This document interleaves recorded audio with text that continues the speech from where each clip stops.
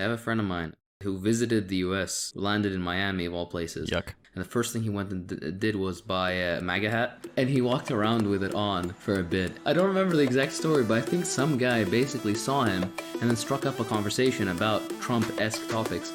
And then he's like, yeah, them liberal homosexual.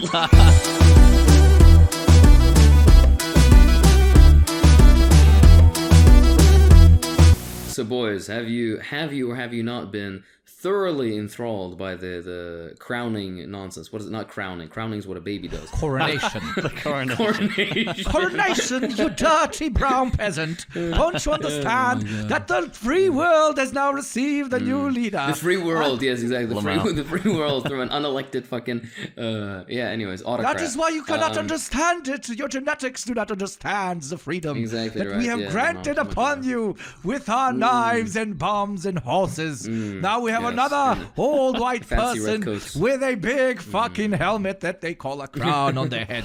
What the fuck is up with crowns? Okay, Stolen jewels, At yeah. what point, humans are so like simple, even in their like most like what they at one point believed was like a deeply developed society with a specific hierarchy where God chooses who the monarch of this particular part of the world is going to be, like blah blah blah blah blah. But at the end of the day, how they like define their ranks and shit is just through hats. Man with hat. I mean, look at like the papacy and like, for example, everybody in like Catholicism. In Orthodoxy, we're a bit different. Literally, depending on your rank, they give you different hats. And the more higher you go, the redder the hat and the more like specific it is. But with monarchs, it's even more ridiculous because literally the thicker, the fatter, the larger the hat is and shit. And only, the big boss of the fucking little group gets to wear the fanciest hats with as Hakeem said, stolen jewels and all the fancy shit. It's a bit like cheesy. I don't know if you noticed, like on the bottom, like the part that actually touches their head looks very comfy, but it's like shit that like leopard skin or whatever, fucking jaguar skin, like something that I don't know, like a dirt poor dude from like the furthest outskirts of where I live would not even put on their fucking body, but these motherfuckers swagging it out. But not hats, like literally hats. That's what it's all about at this point. The fancier a hat, the more control over your people you have. The diamond in the crown is what was it, like 110 carats or something like that? It's ridiculous. It's called the Koh-i-Noor diamond, and it was liberated from India, if I remember correctly, which is just, they just need to give the stuff back, man. They love collecting stuff that's not theirs. The British Museum, if the British Museum gave up everything that doesn't belong to them, then there wouldn't be a British Museum. Oh no, there's some stones and arrowheads and fucking... from when they were swamp creatures, yeah. The Romans were like, these degenerates. And they made it, like, I love how like it got modernized because they made it into like a proper event, as if it's like the fucking Eurovision or some shit. Yeah, like, all and they the like played Katy popular Perry's Firework when he got the crown placed on his head. Yeah, I thought that was cool. Yeah, dude, Kermit the Frog was there with fucking Miss Piggy or whatever the fuck. I was like, well, like this institution that back in the day would like, just from uttering 2 sentences could have like a whole country castrated or some shit, or like have their eyes gouged out and stuff, is now like sitting there with their big like weird ass hat looking at Miss Piggy and a fucking green frog talk it out while Katy Perry sings in the background. It is What, was it really Katy Perry? No, no.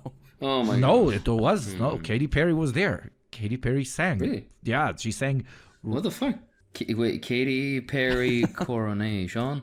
Hold on. Yeah, and Tiwa You're not Savage kidding. from Huh? Nigeria, and like even Tom Cruise like sitting in the whatever, in, like What the heck? the I was plane joking about from- Katy Perry. from Top the Gun. heck? What, really? Yeah. No, she was there. Yeah, yeah.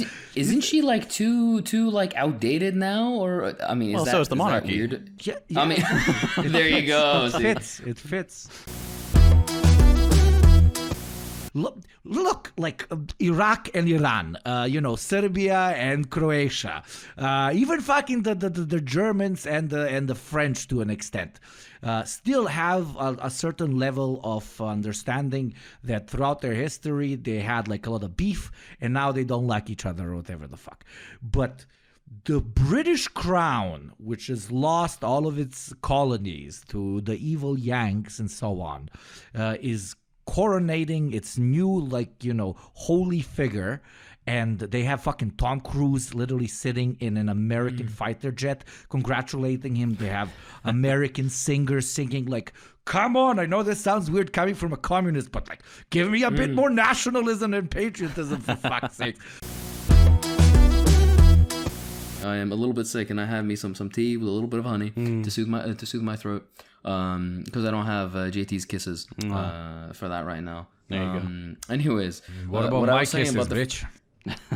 No, your kisses are intended for elsewhere. Oh God, okay. Exactly right. That's when you have a little boo-boo.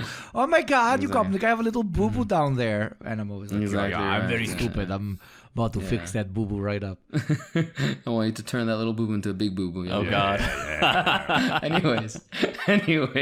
But it's strange because you immediately give me the disease because then my boo-boo gets bigger and bigger. Whenever I see your boo-boo Gentlemen, get bigger and bigger. to the topic at hand. Back to the video in just a second. Let's hear from today's sponsor, Atlas VPN. For a lot of research that I do for my videos, I end up hitting pages that aren't available in my location. That's frustrating, as you can imagine. Geo-restriction really does suck, but not with Atlas VPN. For those unaware, a virtual private network makes all of your internet traffic travel through an encrypted tunnel. This way, it protects you from spying, public Wi-Fi dangers, and hides your IP address and your online activities. It even allows you to change your location for all your researching needs. Developed by top cybersecurity specialists and IT engineers in 2019, Atlas VPN was created to make the internet accessible and secure for everyone.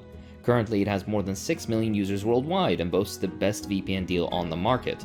Right now, there's even a fantastic Black Friday special. So, what are you waiting for? Go down to the description and click that link, use my code Hakeem and get a 3-year subscription for just $1.70 a month with 6 months extra on top. But that's not all. You get blazing fast speeds for streaming or gaming, unlimited protection for all your devices, and an inbuilt ad and malware blocker. And you'll get to save some extra cash, as Atlas VPN will find you the best deals online for everything from your online subscriptions to airlines, hotels, and more. Do us both a favor and get Atlas VPN Premium for just $1.70 per month, plus 6 months extra with a 30-day money-back guarantee. It's the best Atlas VPN offer of the year, so be quick and get your deal by clicking the link in the video description below to get this limited time offer. Massive thanks to Atlas VPN for the sponsorship. This is what allows me to pay my editor fairly, so the support is highly appreciated. Alright, back to the video. But this is why basically every US president has been unabashedly pro-capitalist. In fact, they even say this across the board. You've heard Clinton say it. You've heard, what's the ghoul? Which one? Woman who... the woman who existed before the union was even founded. What's her name? Italian one. Italian American. Gabagool. Insider trading. Nancy Pelosi. Nancy Pelosi, yeah, even Nancy Pelosi. Sorry, it's fucking roundabout. Italian's not what I think of when I think Nancy Pelosi. Gabagool! Walking over here! Exactly right, her. I'm selling stocks over here! The 3 presidents we're covering today are George Washington, Abraham Lincoln, and Woodrow Wilson. I guess I can start with mine really quickly. Originally, we were going to do 3 presidents each, but then we started writing, and we have 10 pages of shit. So this might be a series. Let us know if you like it. This will definitely be a series, and we can do presidents from other countries. We can just go full out. We can even do commie leaders, self-criticism, blah, blah, blah. We're open. Yeah. But no, that will be a lot more serious. This one, I want to hate. Anyways, all right. I'm going to start with something that... If racism towards white people was a thing, Hakeem would be like the dragon of the KKK. Olympic. Olympic level, absolutely. But no, I love JT too much, okay? I have a white friend, so it's okay. You can't be racist towards white people, you have a white friend. Oh my God, I'm teasing. I swear to God, honestly, and I'm sorry to say this, JT, early American history, 1750 until 1920 maybe, is the most dog shit boring. The abolition movement is kind of interesting. Yeah. That's the only interesting bit, and also it's kind of messed up in a macabre way. But the genocide of Native Americans is grotesque to learn about, but you want to learn about it. It is interesting. Yeah, the conquering by the colonies of the North American continent is. fucked up, but very, very interesting. Jesus, but why am I saying this? Like super excited, No. but it is. I mean, No, it is the most it's successful interesting to learn genocide about, of all yeah. time. Yeah, it's. It gave Nazis the blueprint, right? So that's why it's interesting to learn about. But all the rest is so boring. So that's why I'm going to give a very loose overview of George Washington's life before getting into the meat of it, because I honestly don't care about this guy. So George Washington was born in 1732. He had a typical upper-class upbringing of the era. He inherited significant amounts of land, between 20 and 32 kilometers squared, which all grew tobacco and other cash crops. Wait, Jesus, 30 square kilometers of land? 30 square kilometers of land. Yes, kilometers, excuse you, but I've always been curious about that.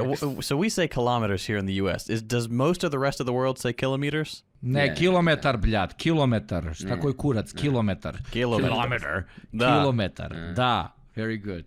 But in Arabic we never say the meter part, so we're like, oh, how far is that away? We say like 20 kilo. Yeah, Kilo. 20. But Yeah, kilo, But we say just kilo. Doesn't kilo also mean kilogram? Yeah, that's why it can be confusing. But with kilogram, we also say kilo. We also Very say, strange. okay. Yeah, we also say kilo instead of kilogram when we're talking about kilograms, but we said kilometer when we're talking about kilometers. Jesus, yeah, we really don't want to talk about fucking Washington. Washington, you are less fun than a debate on how to pronounce kilometer, okay? Yeah, exactly. Let me quote you something else.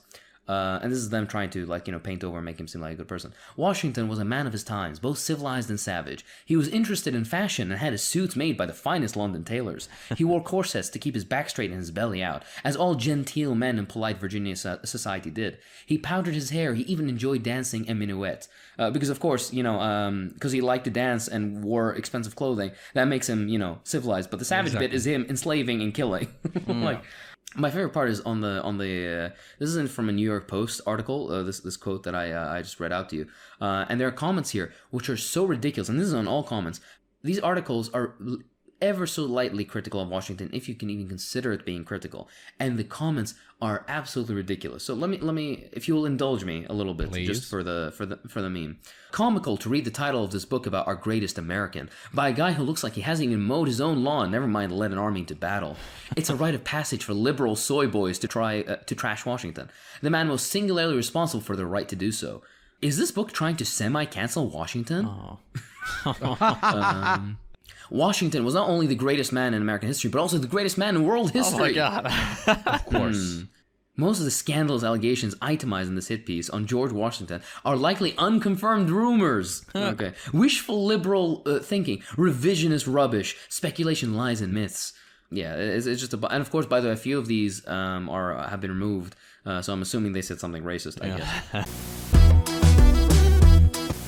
When he was a commander in the Continental Army, he ordered the destruction of many indigenous communities. In fact, basically any indigenous community that they came across, and none of these indigenous communities, no indigenous person was allowed to participate in the glorious republic that he set up, as they were denied citizenship and the right to vote until 1924 officially, and they were only able to fully exercise their ability to vote as citizens of the United States in 1948, less than 100 years ago. This is the same guy that said all people are created equal, we're all democratic, blah, blah. This is the same dude.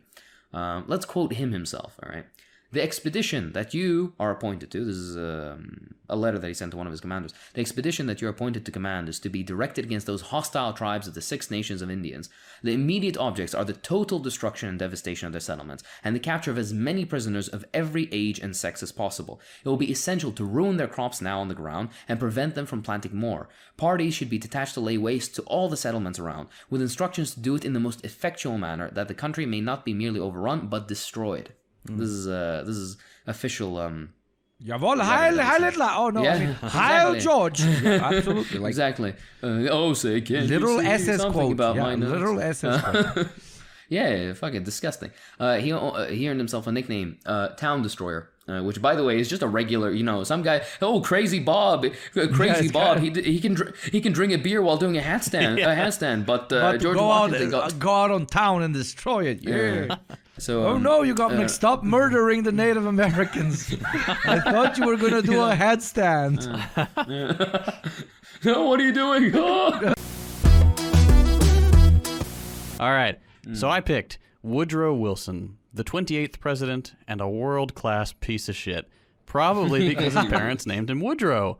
I think the world may have been spared an enormous number of truly heinous crimes if they had just like named him Dave or something, or Pete, like Pete Wilson. Owen Wilson, perhaps.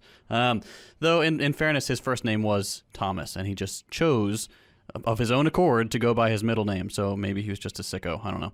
But apparently Woodrow is a toponym, which means row of houses by wood in Old English. Okay. This guy's name is literally like a hedge. Suburbs. Yeah. He graduated from what is now Princeton University, where he studied political philosophy and history, and was a member of the Whig Literary and Debate Society. So, you know, one of the earlier debate bros, a proud tradition that goes back to such names as Plato, Aristotle, other Greek people. Guy whose name is Fence, like that's what it ended with.